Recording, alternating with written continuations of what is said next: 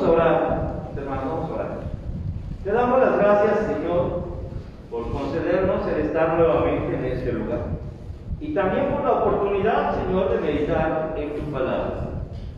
Sabemos, Padre, que tantas veces hablamos tu palabra para meditar en ella, tantas veces, Señor, seremos bendecidos. Así pues, vamos a meditar en ella en esta tarde también. Te rogamos que tú hables a nuestro corazón, Señor. En el nombre de Cristo Jesús. Amén. Amén. Tome sus lugares, mis hermanos, por favor.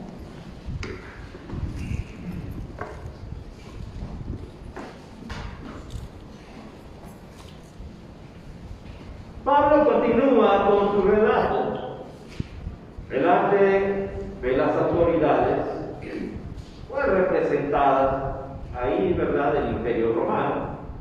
Era el gobernador y ante los reyes en turno. Y Pablo les cuenta, ¿verdad?, la razón que lo ha llevado a eso.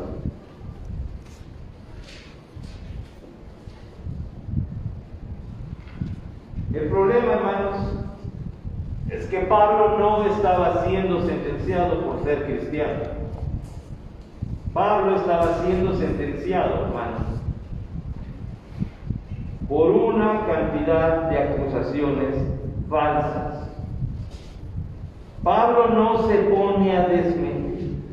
¿Alguna vez usted ha sido víctima de un chisme? Yo cantidad de veces, pero de verdad. Cuando veo lo que hace Pablo, hermanos, no se para con autoridad en autoridad para decirle: mira, me dijeron esto de mí, pero no es cierto. Oye, dijeron esto de mí, pero no lo creas. Oye, dijeron esto de mí, pero no es así. Pablo cuenta su vida. Pablo sabe que su testimonio tiene mayor peso, hermano, mayor credibilidad que lo que los demás puedan decir. ¿Por qué creen que es tan importante el buen testimonio?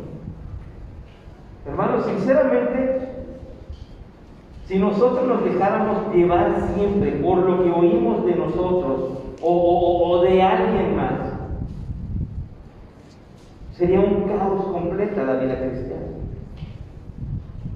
Y saben que a veces le damos más importancia a esos comentarios que a la palabra de Dios. Cuando me invitan a predicar o a dar temas con los jóvenes, les hago siempre un experimento didáctico. Les digo a todos: fijen sus ojos en mí. Todos mírenme a los ojos, ¿verdad? Y yo me pongo enfrente y me pongo a mirarlos. Simplemente, miren, siempre, bueno, ya cuando me toque y alguien vea, ¿verdad?, ya vas a ver de qué voy a hablar, ¿verdad? Pero solo con su mirada yo les puedo decir quién la va a hacer y quién no la va a hacer en la vida. Y pues todos, ¿verdad? Miren, no me entran los ojos, ¿quién sabe? Y yo los empiezo a ver uno por uno. Y entonces empiezo yo de payaso de San Roberto: tú no la vas a hacer. Tú sí la vas a hacer. A ti te va a costar trabajo. Tú no puedes. Y todo así de: ay, hasta lo vi malo, me decía un muchacho, hasta fruncí el ceño para que viera. Y yo, no, pues, qué falso, se te nota luego, ¿verdad? No. Y les dejo pasar un momento y así se ven en el corazón compungidos. Inmediatamente les pregunto: ¿por qué creen eso? ¿Por qué creen eso? Vamos a la Biblia, dice Pablo: en Cristo somos más que vencedores. Pero le creyeron a alguien que se paró enfrente y le dijo que no iban a poder. ¿Qué dice Dios de esto? Hermanos, Pablo sabe que Dios está con él. Así que pueden hablar de él lo que digan, pueden hablar mal de nuestra iglesia, pueden hablar mal de ustedes, de su familia, del pastor, pero ¿saben qué? El testimonio de nuestra conducta delante del Señor es lo que va a demostrar veracidad. Pablo no está preocupado en hacer que la gente lo aprecie y lo quiera mucho. Pablo comienza hablando de quién era y lo que hizo Jesús en él. Ese es su argumento. Mire ahora, eso lo hemos visto. Recordemos, Pablo está en Cesarea, no está en Jerusalén. Lo llevaron para allá, no quiso bajar a Jerusalén para ser juzgado. Así que hasta allá fueron, Berenice fue a Agripa, estaba Festo delante de él y todo el cabildo de ellos. Y entonces Pablo comienza a decir quién era. En estos 3 versículos tenemos algo impactante. Dice el versículo 9: yo ciertamente había creído mi deber hacer muchas cosas en contra del nombre de Jesús de Nazaret. Pablo habla y reconoce su fanatismo, hermano. Pablo sabe que se topó con alguien, hermano, que era mucho mayor que él. Recordemos que Pablo pertenecía al grupo de los fariseos y que había un maestro específico que era respetado hasta por el sumo sacerdote, que era Gamaliel. Ese Gamaliel fue el maestro de Pablo, así que Pablo traía una muy buena escuela farisea. Y él dice: yo estaba convencido en eso. ¿Se acuerda qué significa la palabra arrepentimiento? Cambio de mentalidad. Arrepentimiento no es sentir feo por lo que hizo, eso es remordimiento. Pero la palabra arrepentimiento viene de una palabra griega que se pronuncia metanoia, que significa cambio de perspectiva. Pablo nos está diciendo aquí: hubo un cambio. Yo estaba convencido de esto, yo estaba seguro de esto, yo no defendía cuál era el enemigo, Jesús de Nazaret. Pero aquí sí habla, dice, en contra del nombre de Jesús de Nazaret. Recordemos que Pablo, cuando inicia su persecución contra ellos, les decían los del camino, ni siquiera cristianos, eran los del camino. Hasta que Pablo, hermanos, tiene un encuentro personal con Jesús, él se da cuenta que está luchando contra Jesús. Antes él no reconocía eso. Aquí él admite que su pelea era contra Jesús. Dice el versículo 10: lo cual también hice en Jerusalén. Yo encerré en cárceles a muchos de los santos. Miren ya cómo les llama. Imagínense que eso dijera, ¿verdad?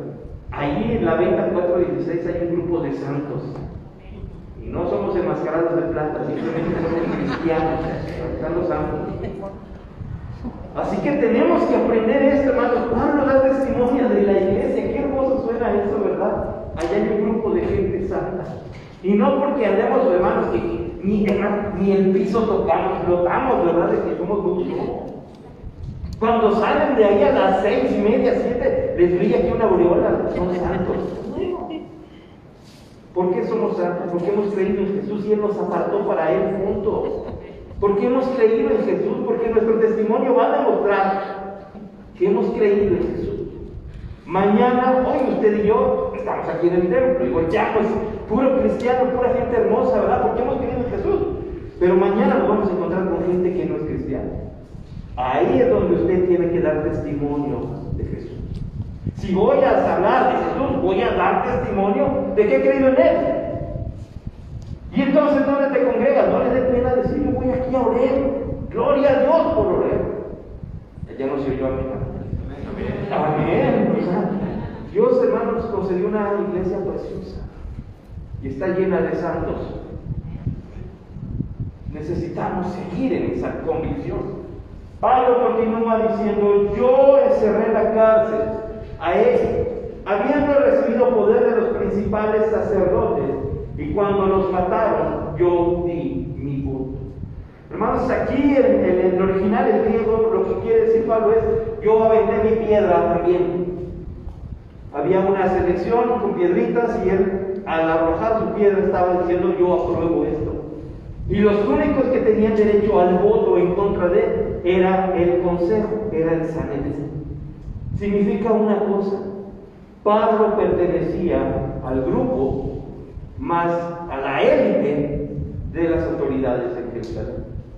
Él pertenecía al Sanedrín. ¿Cómo lo sabemos? ¿Se acuerda cuando estaban apedreando a Esteban? Él fue el que dio el voto. No sabemos si fue el voto decisivo o no, pero él dio, además, denme sus suéteres, yo les detengo sus suéteres, ay, denme Esteban, ¿verdad? Y Esteban simplemente, perdónalo, decía. Y Pablo allí, Pablo tuvo un cambio increíble. Esto era quien está diciendo, a ver, Rey Agripa, a ver, Berenice, a ver, Festo. Yo sé lo que se siente ser aferrado a una idea y estar convencido y que me produzca placer ver el sufrimiento de los que no piensan como yo. ¿Sí se da cuenta del radicalismo en el corazón de Pablo? Así que cuando él les está contando esto a su auditorio, les está diciendo algo. Observen de dónde me transformó el Señor. Dice aquí, volvemos a recapitular. Él estaba siendo acusado falsamente por no negar a Jesús. Su delito no era ser cristiano. Para Roma eso no era delito. Por lo menos aquí todavía no. Pero sí todas las acusaciones que le hicieron. Que andaba levantando gente, que estaba encargándose de una sedición, cosas que para Roma sí eran preocupantes. Pero que Pablo no había hecho.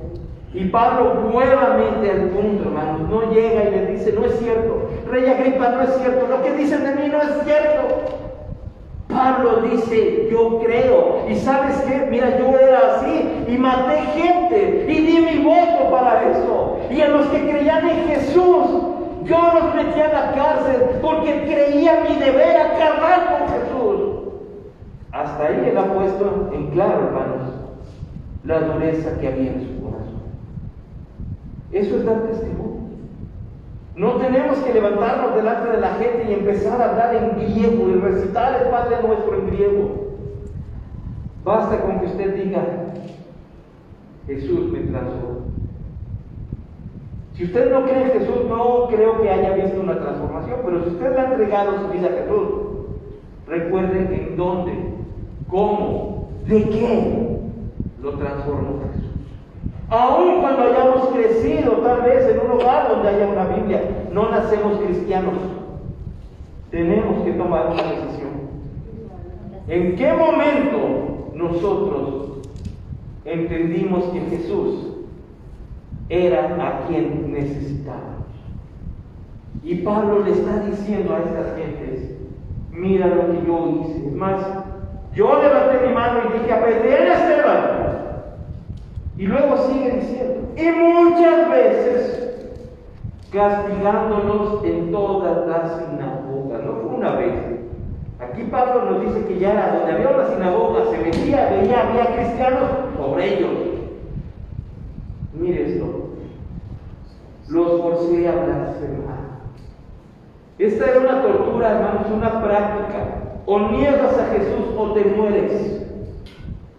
Ese era el argumento de Pablo. O maldices a Jesús o te metemos a prisión. Hoy pierdes todo. Esto significa que muchos cristianos, hermanos, sí terminaron blasfemando el nombre de Jesús. Una de las campañas que tenía la Santa Inquisición se llamó la Noche de San Bartolomé. Y pusieron una cruz en el piso.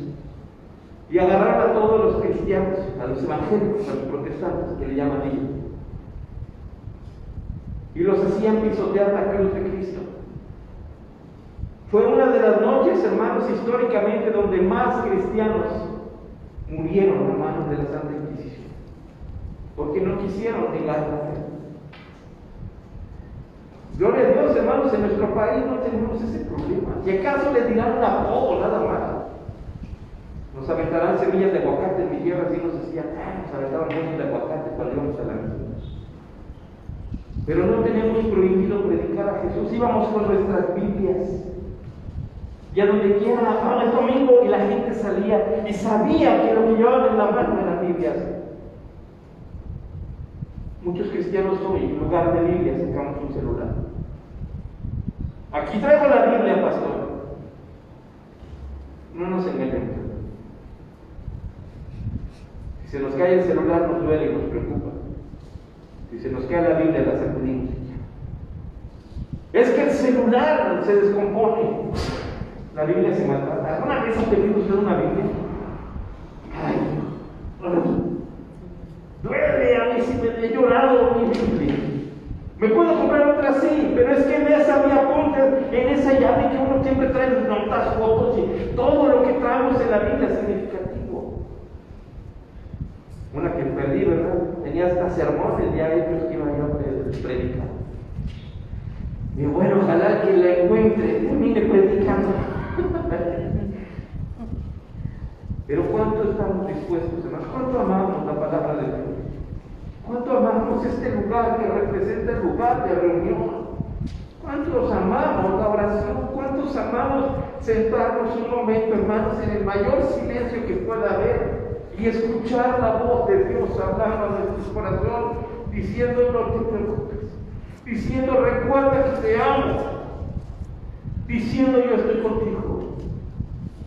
En los momentos más difíciles, Pablo dice: yo hice que los cristianos lamentaran haber creído. Hoy la tenemos muy fácil y ni siquiera así. Muchos hermanos tenemos la idea de ser cristianos. Dice: enfurecido sobremanera contra ellos, los perseguía hasta las ciudades extranjeras. ¿Se acuerdan que la conversión de Pablo ocurrió de camino a Damasco, donde iba él con cartas firmadas que le autorizaban a prender, a apresar, a arrestar a los seguidores de Dios? Hermanos, y Dios permitió que llegara a Damasco, ¿se acuerdan? Pero llegó transformado a Damasco. Necesitaba que lo guiaran, necesitaba que le hablaran, ni siquiera podía ver. Se había topado con el autor de la fe, con Jesús. Y Pablo reconoce: Él me venció. Hermanos, el testimonio de Pablo es increíble. Las veces que usted lo oiga, nos impacta. A mí me impacta escuchar la forma en la que fue transformado Pablo. Y aquí Pablo espera que su auditorio tome en cuenta de dónde él fue transformado, para poder llegar al punto de decir: tú también necesitas creer. ¿Qué va a pasar, hermanos, el día de mañana? No sé. Pero Jesús intercedía por los apóstoles, que no les falte la fe. Así que, hermanos, para nosotros tenemos mucho que agradecer, pero tenemos mucho de qué hablar, de lo que Jesús ha hecho con nosotros. Padre, te damos gracias por tu palabra. Sabemos que tú has hablado a nuestros corazones. Nos anima, Señor. En ningún momento Pablo se vio abandonado. Tú estuviste con él. Tú lo animaste a seguir. Tal vez no era la forma en la que él pudiera haber pensado predicar, pero lo estaba haciendo ante las autoridades, como tú lo prometiste. Entendemos que hay un propósito para nosotros, Señor, en cuanto a nuestros servicios aquí. Pues te rogamos que nosotros no pongamos trabas, mi Dios, y que cumplamos fielmente tu propósito, y que vivamos solo para ti, Señor. Gracias por tu palabra, en el nombre de Cristo Jesús. Amén.